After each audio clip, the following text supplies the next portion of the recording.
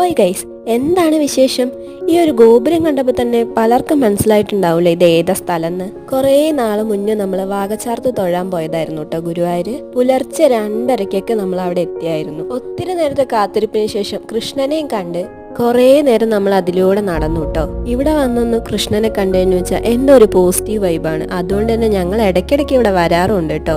കൃഷ്ണനെയും കണ്ട് മമ്മിയൂർ ശിവഭഗവാനെയും കണ്ട് പിന്നെ ഞങ്ങൾ പോയത് ചാവക്കാട് ബീച്ചിലോട്ടാണ്. അവിടെ ചെന്നപ്പോഴോ രാവിലെ ആയതുകൊണ്ട് ഒട്ടും തിരക്കില്ല. ആകെ കുറെ കാക്കകളും കുറച്ച് മനുഷ്യന്മാരും മാത്രം. മീനൊക്കെ പിടിച്ച് തിരിച്ചെത്തിയ വള്ളത്തിന് കരയിലോട്ട് കയറ്റുന്ന കാഴ്ചയാണിത്.